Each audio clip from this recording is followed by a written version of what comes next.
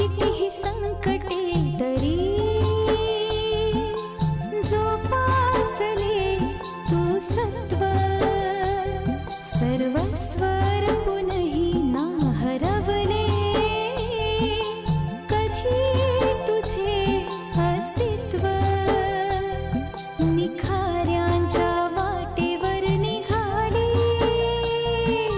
कर्तव्य दक्ष ही माऊली आदि माया तू दिव्य शक्ती तू तूच ग सुकन्याशी ही गुणाची धर्मकन्या गुणाची अशी ही धर्मकन्या.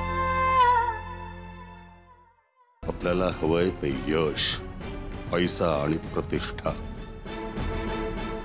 मला 400 करोड मिळणार आहेत ना मग बस. आपण जेवून घ्यायचं का? आरती कुठे आहे?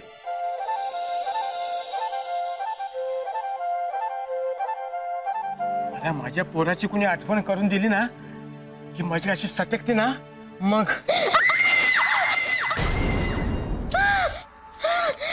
ताई ताई काय झालंय? ताई अगं बोल. तो जा इथून. ताई परत वाईट स्वप्न पडलंय. ताई अगं बोल ना. तू जा ना इथून. अगं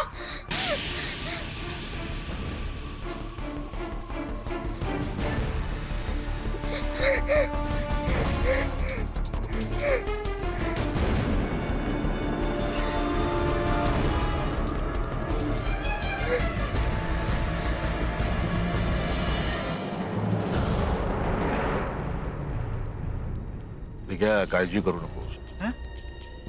ही किंकाळी आमच्या राधेची आहे.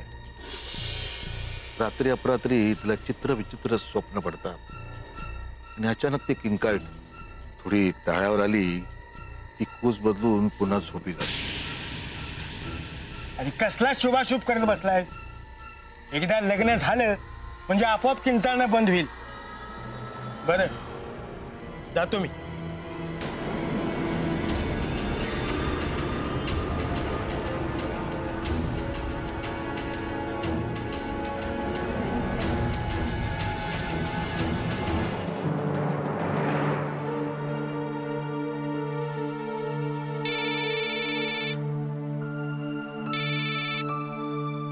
हॅलो आरती. हॅलो अरुण.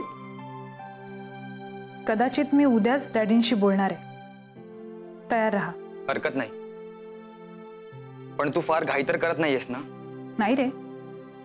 जे 4 दिवसांनी बोलणार आहे ते उद्याच बोलायचंय. पण तू तयार आहेस ना? म्हणजे मला यायला हवं का? नाही नको.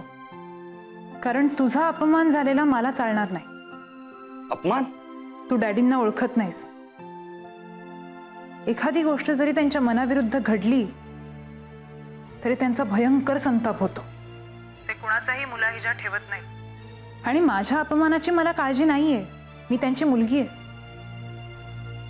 पण तुझा अपमान झालेला मला चालणार नाही. जावयाचा मान ठेवला गेलाच पाहिजे. वेडी आहेस का? तुझे डॅड तसे ते माझेही डॅडच ना. इतकं सोपं नाहीये ते अरुण. असो मी बघते काय करायचं ते. अरुण कदाचित आपण उद्यापासूनच एकत्र राहू. व्हॉट? लग्नाची नोटीस आपण 2 महिन्यांपूर्वीच दिली आहे कोर्टात. पण तुला टेन्शन नाहीये ना? अजिबात नाही. तू ये. मी तयार आहे. Arun I love you. Love you too. Bye.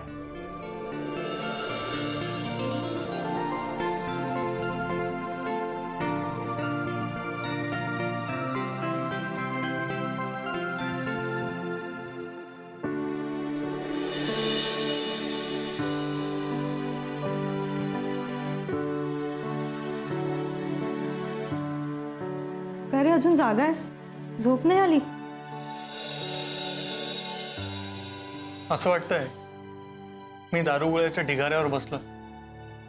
चुकून एखादी काडी लागेल आणि मोठा स्फोट होईल. मला सांग तू आरतीशी काय बोलत होतीस?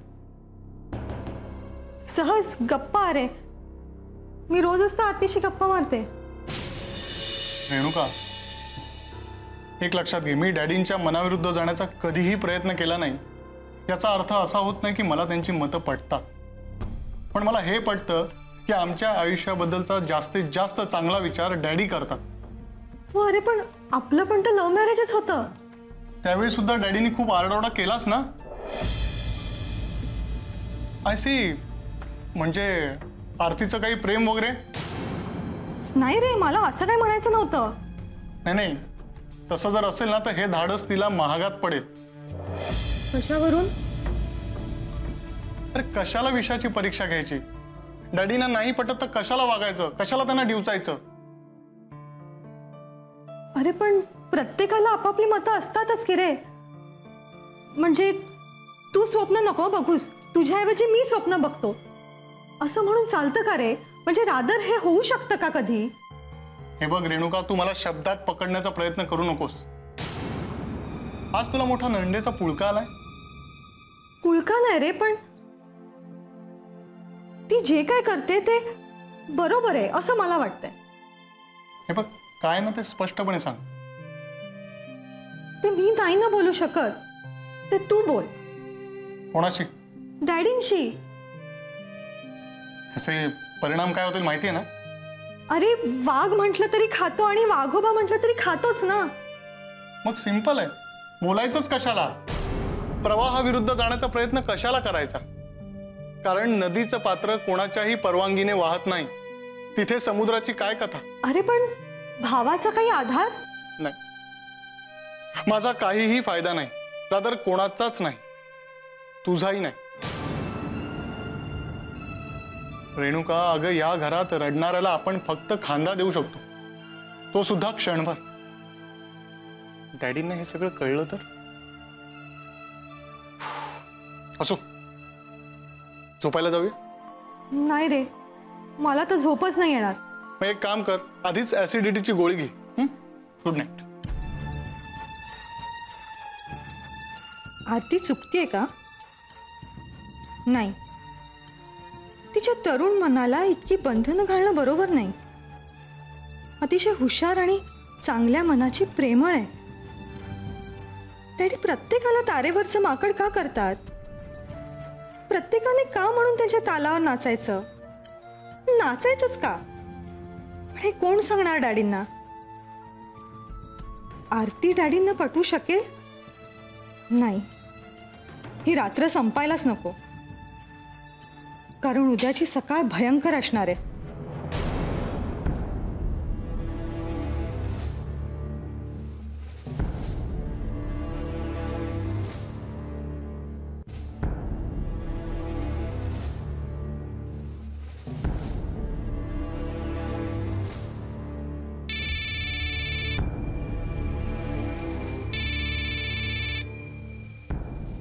हॅलो, अरुण बोलतोय.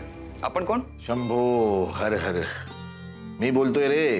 आप्पा, ओ हा नंबर कुठला? ओ सगळं ठीक आहे ना? अरे श्री सिद्धेश्वराची कृपा. इथं मिरजेला आलो होतो, काम होतं, एक स्थळ आलं होतं. राधासाठी? अरे वा, जमतंय का? जमेल जमेल, सगळ्या योगायोगाच्या गोष्टी असतात. घे राधाशी.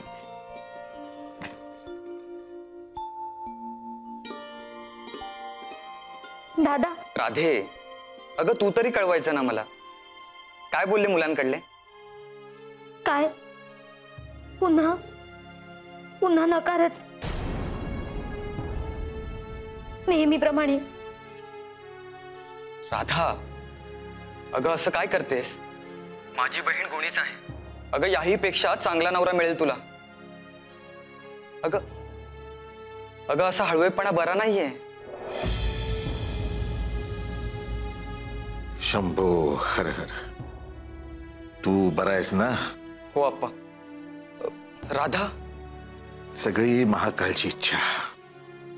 सकाळची एसटी आहे, वेळ होता, म्हटलं तुझ्याशी बोलावं.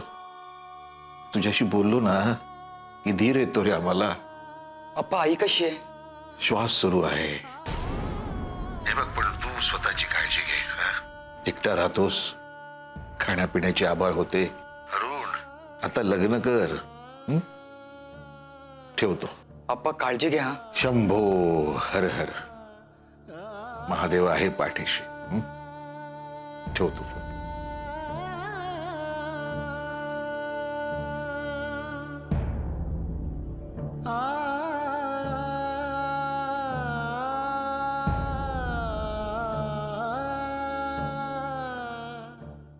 अशी ही धर्मकन्या, अशी ही धर्मकन्या.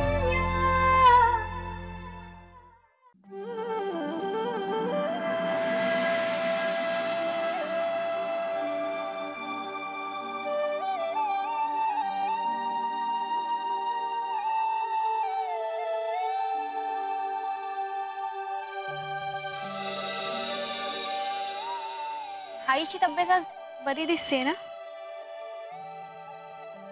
अगं नसायला काय झालंय? थोड्या वेळाने कांदे पोहे या नाटकाचा 37वा प्रयोग आहे ना.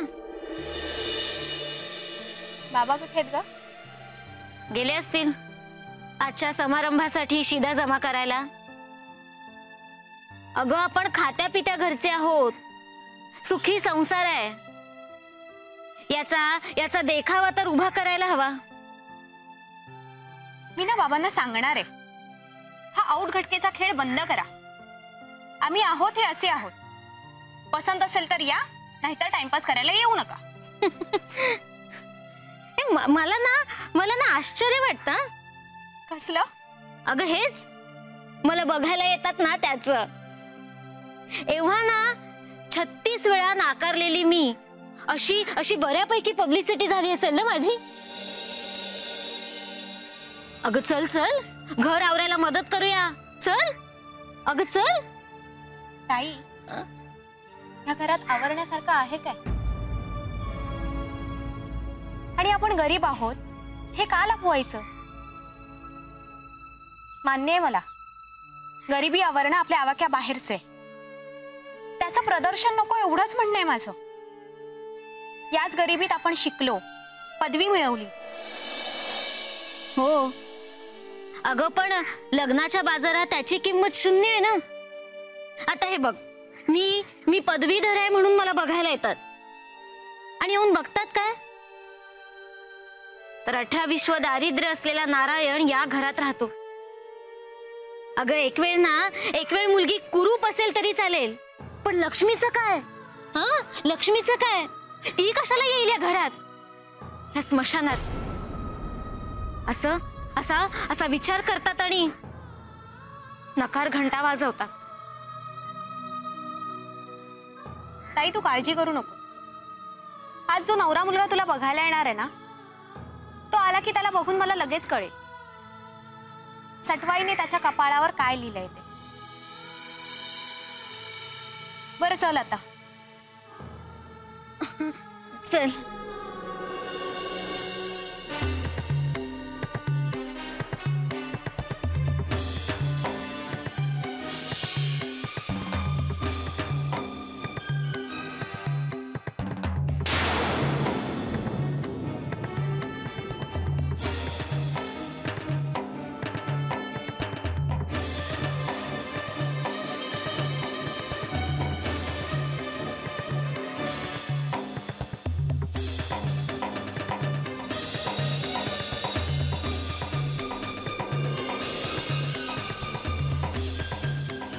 बोल आरती.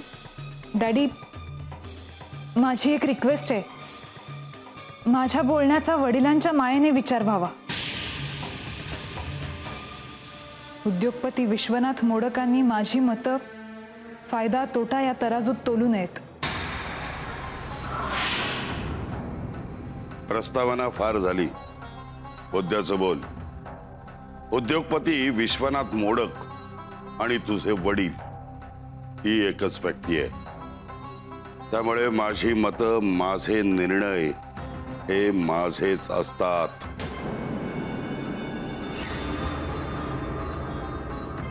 बोल. डॅडी, माझं अरुण पुजारी नावाच्या मुलावर प्रेम आहे. हुशार आहे, स्वभावाने खूप छान आहे. पगार जवळपास माझ्याच इतका आहे. ऍक्च्युली गरीब घरातला आहे तो, कोल्हापूर जवळच्या एका गावातला. हो, पण डॅडी त्याचं फ्युचर खूप ब्राईट असेल. चालणार नाही.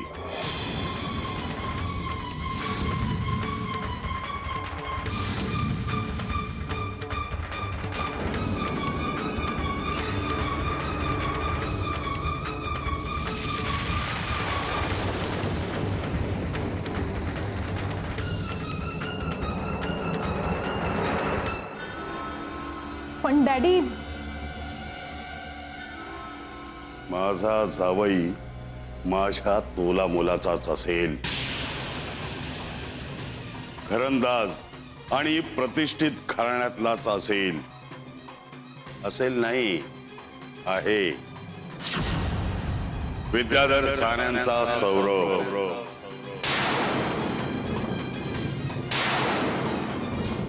अशी ही धर्मकन्या,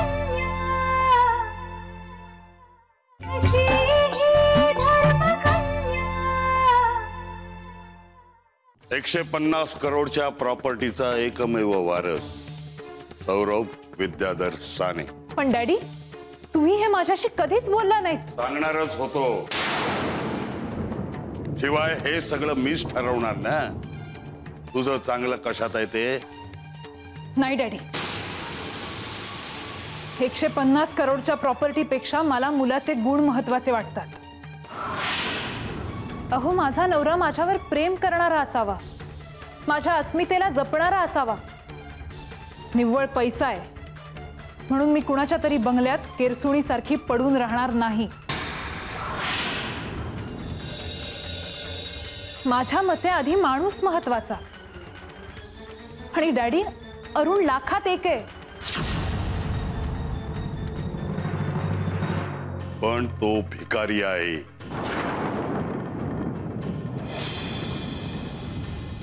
लग्न करून त्या मिडल क्लास फॅमिलीत जाणार आहेस तू. अगं, लाडात वैभवात वाढलेस तू, घुसमट होईल तुझी.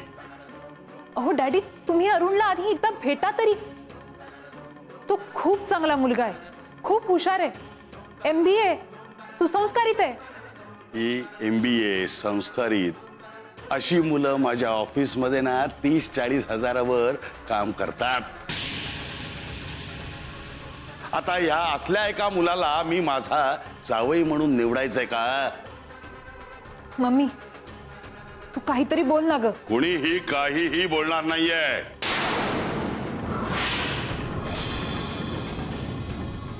कारण तू मूर्खासारखं वागतेस आरती. हे बघ, मला मान्य आहे तरुणपणात मुलं चुकतात. अगं, पण तू आत्महत्या करायला निघालेस.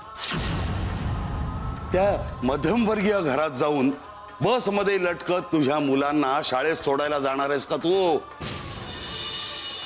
अगं, बोलणं सोपं असतं ग आरती, पण तसं करून दाखवणं महाकठीण. आणि मी तुला हे करू देणार नाही. पण डॅडी, माझ्या भावनांचा काहीतरी विचार करा ना. ते नंतर. आधी प्रतिष्ठित घराण्यात लग्न. आणि मन काय फक्त गरिबांच असतं? आम्ही नाही संसार केला?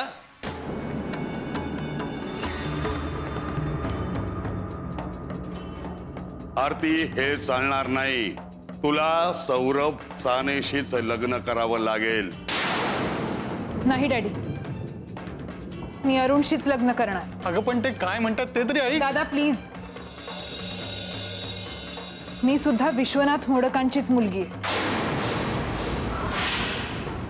आणि मी जे ठरवलंय ते फायनल आहे. उगाच नको तिथे ताठा दाखवू नकोस.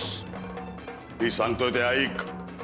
मी हे अजिबात खपवून घेणार नाही. माझा डिसिजन फायनल आहे.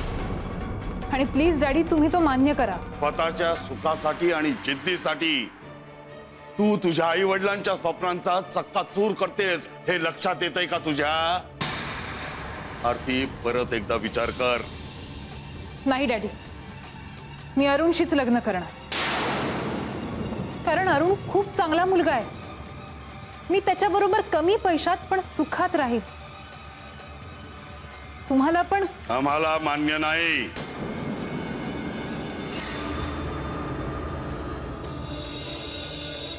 कर तुझ्या मनासारखं कर. हं? खुशाल जा त्याच्याकडे आणि दारिद्र्यात खितपत टाचा घासत संसार कर. नाहीतरी पोरं सज्ञान झाली की आई वडिलांच्या स्वप्नांवर बोळा कसा फिरवायचा हे बरोबर कळतं त्यांना.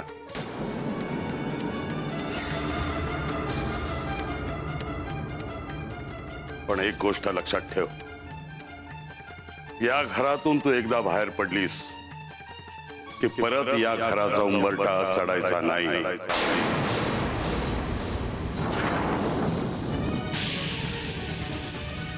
खूप बरोबर निवड केलीस तुझ्या साथीदाराची असं वाटतंय ना तुला? बघ, परत या घराच्या दारावर भीक मागायला यायचं नाही.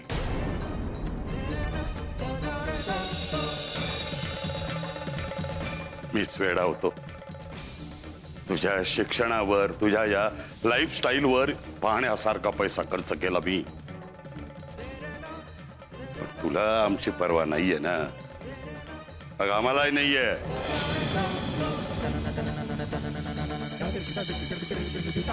आजपासून तू आम्हाला मेलीस.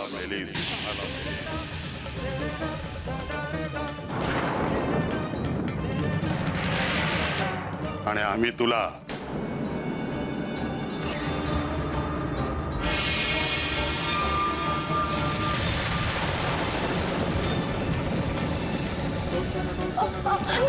मम्मी मम्मी मम्मी काय होतंय?